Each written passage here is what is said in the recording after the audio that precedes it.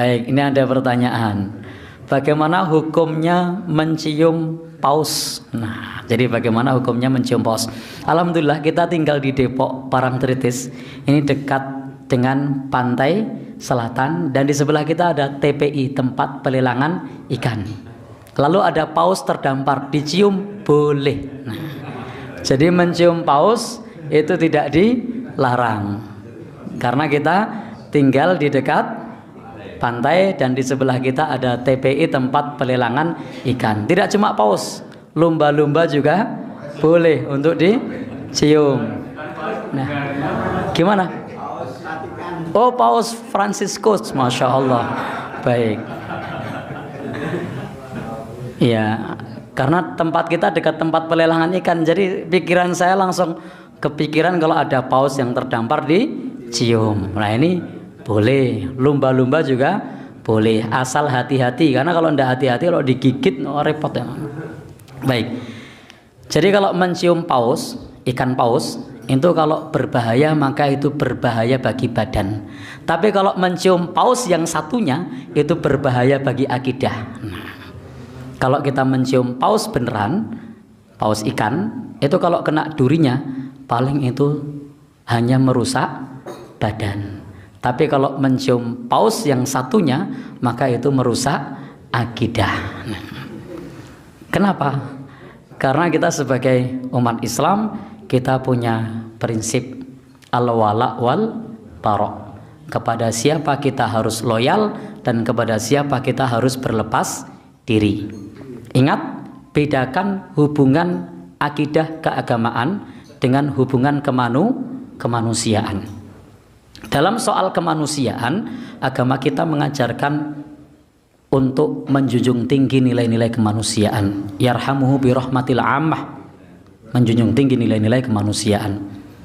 Kita dianjurkan untuk insafuhu wal adlu ma'ahu, dianjurkan untuk bersikap insaf, bersikap adil meskipun kepada orang yang berbeda agama. Bahkan Al-Quran mengatakan, wala yajrimannakum syana'anu qaumin ala alla ta'dilu. Janganlah kebencianmu kepada suatu kaum membuat kamu berlaku tidak adil. I'dilu huwa aqrabu littaqwa. Berbuat adillah, adil itu lebih dekat kepada takwa. Ini ketika kita berbicara soal muamalah, soal kemanusiaan. Maka kalau ada orang sakit dari orang yang berbeda agama, silahkan diobati.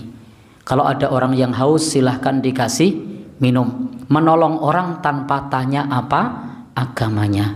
Tapi soal loyalitas yang terkait dengan agama, yang terkait dengan ibadah, kita sudah punya prinsip lakum dinukum waliyadin. Bagimu agamamu, bagiku agamaku. Ketika ada seorang syekh tamu negara dari Timur Tengah yang mau ngisi pengajian, dikasih surat, ditolak.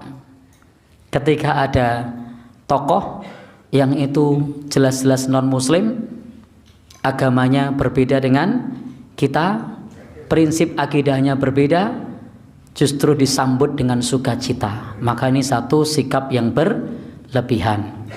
Kemudian ketika ada tokoh agama dari Timur Tengah sebagai tamu negara hendak memberikan tausiah atau ceramah agama, justru di stop.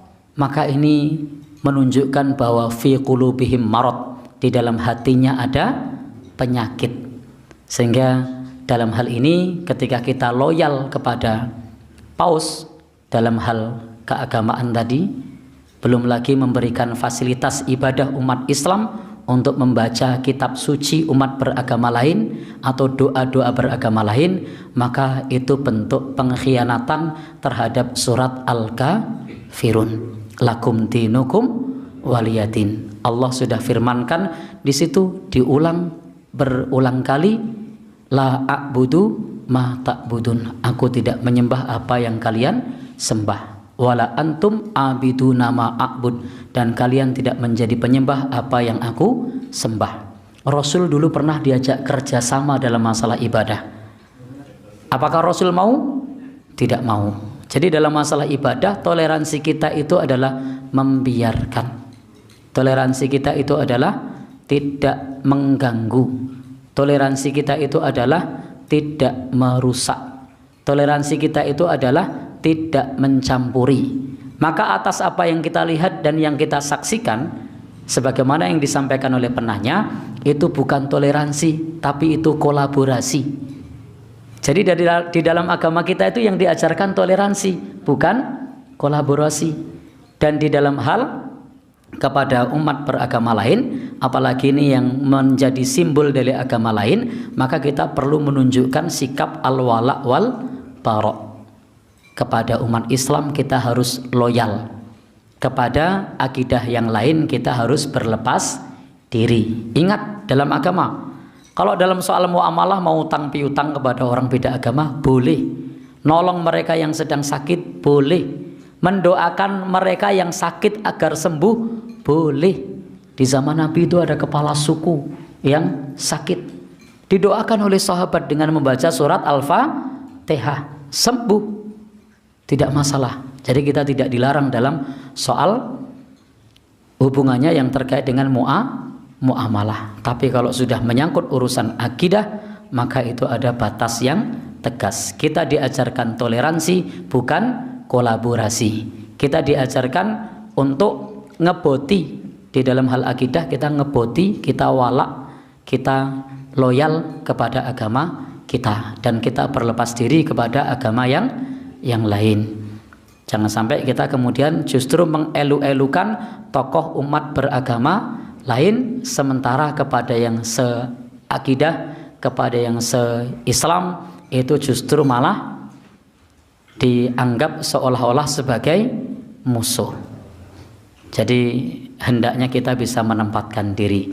Kita diajarkan untuk toleransi, bukan diajarkan untuk kolaborasi. Kalau mau kolaborasi, maka silahkan kolaborasi dalam hal-hal keduniaan, bukan dalam hal yang terkait dengan keagamaan. Karena masing-masing punya aturannya sendiri. Kalau anak muda sekarang bilangnya beda server. Nah, jadi punya aturan sendiri. Wallahu alam bishawab. Jadi kesimpulannya, mencium paus boleh apa tidak? Ya, kalau paus yang di pantai itu boleh, tapi itu bahaya bagi diri kita. Kalau kena durinya, kalau kegigit, tapi itu sebatas bahaya badan.